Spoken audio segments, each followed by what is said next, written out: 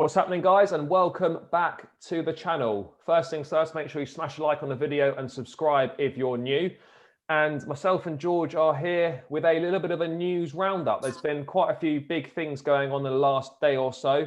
So we're just going to bring you a roundup on that. And George, kicking things off with a bit of breaking news today, coming from sources at TalkSport and then kind of confirmed by Sky Sports that Manchester City are looking to launch a formal £100 million bid for Aston Villa captain Jack Grealish after the Euros. Villa are obviously desperate to keep hold of him and planning to open talks over a new contract for him as well. What are your thoughts on City potentially landing Jack Grealish for next season? Yeah, they haven't left it long, have they? From Harry Kane a few days ago to now swooping in for Jack Grealish. Again, big opening bid if that's what's been reported is true. I think it's no secret that they've probably run out of favour with Raheem Sterling, and therefore they need to fill his boots somehow with a like-for-like replacement. It's strange timing, I think. Putting my England hat on, I'm a bit annoyed at City kind of battering the bids in now when they kind of need to concentrate on other matters. I don't see why nothing's going to get resolved or they're even going to have a chance to speak to these players. So I don't see why they needed to do it now. But yeah, again, bold statement. And they made it very clear, didn't they, that after the Champions League final, they needed to go hard after, a final that they really did want to win. They feel like they're not going to take any chances. So the interesting bit here is, again, I think Aston Villa are in control, considering I think he signed a 5-year deal only about 6-7 months ago. So I know contracts don't mean much these days, but I still feel as if Jack Grealish won't be going anywhere just yet. Yeah, I think the contracts do give you a little bit of leverage. I suppose it gives you an option of demanding more money ultimately. But on Grealish, George, do you think that would be the sort of player that Manchester City need to kind of push forward to the next level? Oh, I mean, we were just having that debate, weren't we? I mean, I personally, from my personal opinion, I don't think he's a massive enhancement on Raheem Sterling. Yes, there are preferences where people can't, disagree that Jack Grealish had a great season. His stats are great, and Sterling, on the flip side, didn't have his best season for Manchester City. But I don't know, very similar age. I can't see Raheem Sterling wanting to take a step down. So the only other options for him are maybe abroad or another top 4 side. So there's difficulties there. I don't know. It's very 50-50 for me whether Jack Grealish for £100 million plus is a good kind of swap deal if they want to get rid of Raheem Sterling. Do you think ultimately if Grealish does arrive, do you believe that's the end for Sterling at City, or do you think they might look to sell one of perhaps Bernardo Silva or Riyad Mahrez, or do you think it's definitely Sterling that would be sacrificed?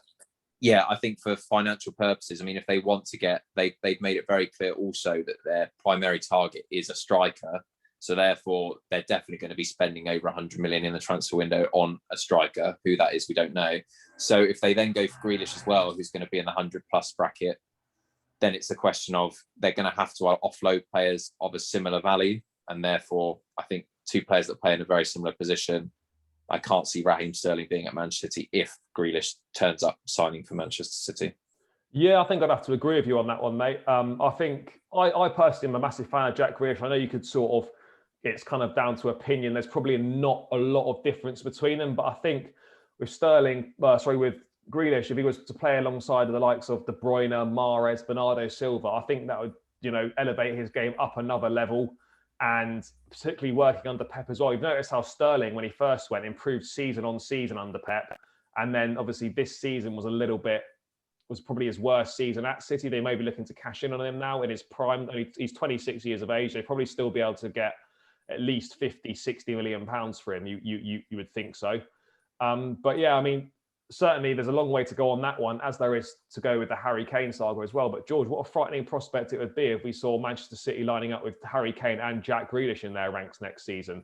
But moving on, mate, UEFA announced this a couple of days ago, or yesterday even, that the away goals rule will be scrapped from all European competitions starting next season. A good choice from them? Yeah, we both agree on this, mate. I think it's it was time to kind of nip that in the bud. The fact that it's just a load of nonsense, really. I can understand why they put it in. They wanted to separate themselves as a separate entity, really, and have different rules and everything else. But I think, it's just whoever's the best team over 2 legs should be going through, really. Whoever scores the most goals, I think. I did like it because you know full well that I'm a traditionalist, so I don't like change too much. But I think that was one of the rules that was a bit dated. Yeah, I'd have to agree, mate. I totally understand why they brought it in when they did, because it kind of tried to encourage teams in an away leg not to just go and park the bus and have no intentions of going to score. So you give them that incentive of scoring and it's worth 2 goals, kind of encourages away sides to come out and perhaps makes for a bit of a better game. But I think we're kind of at the point now where, the players are so good, the sides are top notch when you get to those knockout stages of the Champions League.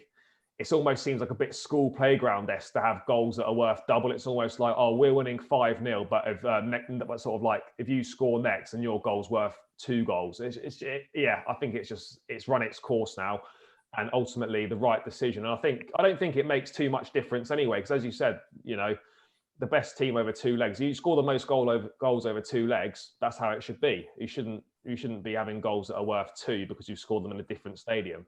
So, yeah, ultimately, definitely the right choice on that one. And George, moving on, the soap opera that continues to keep on giving.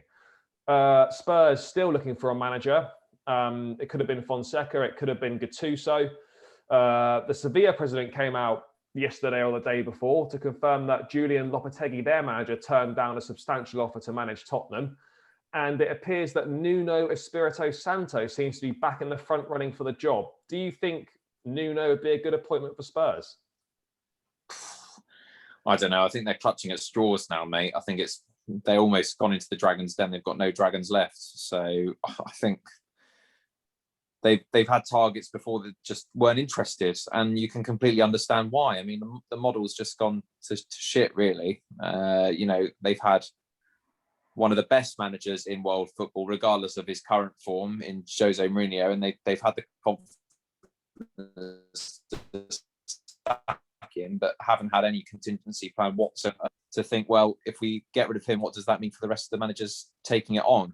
I think they'll probably have to go for someone a bit younger, someone who's inexperienced, who will relish the challenge. But even Nuno, I mean, at Wolves, why would you want to leave Wolves to go to Tottenham Hotspur? Apart from, again, one of the draws they have got is obviously the stadium and the so-called, 5-star players in Song and Harry Kane if he stays. But other than that, they haven't got a massive war chest, have they? And they're just a mess. Yeah, it strikes me as they're kind of they're at desperation point now. They've just been asking around and people don't want it or they can't get who they want. Nuno, if he is to end up getting the job, is clearly going into that job knowing full well that he wasn't first choice, probably not even second, third or fourth choice. He could have been 5th or 6th on the list. And I think already you're going in on the back foot there, knowing that you're only there because they couldn't get anyone else to go and do it that they wanted.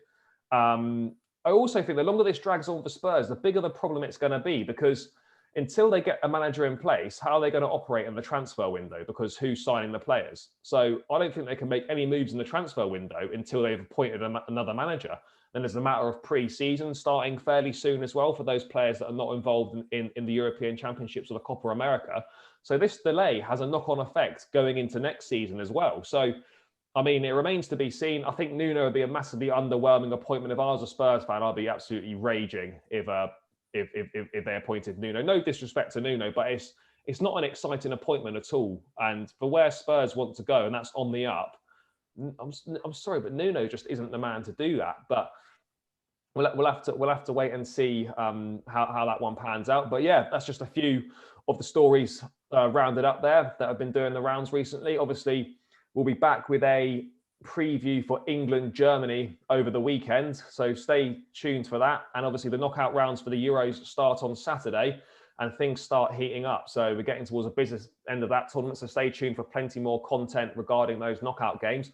But as always, guys, as I said at the start, smash a like on the video. Make sure you subscribe to the channel if you're new, and we'll catch you in the next video.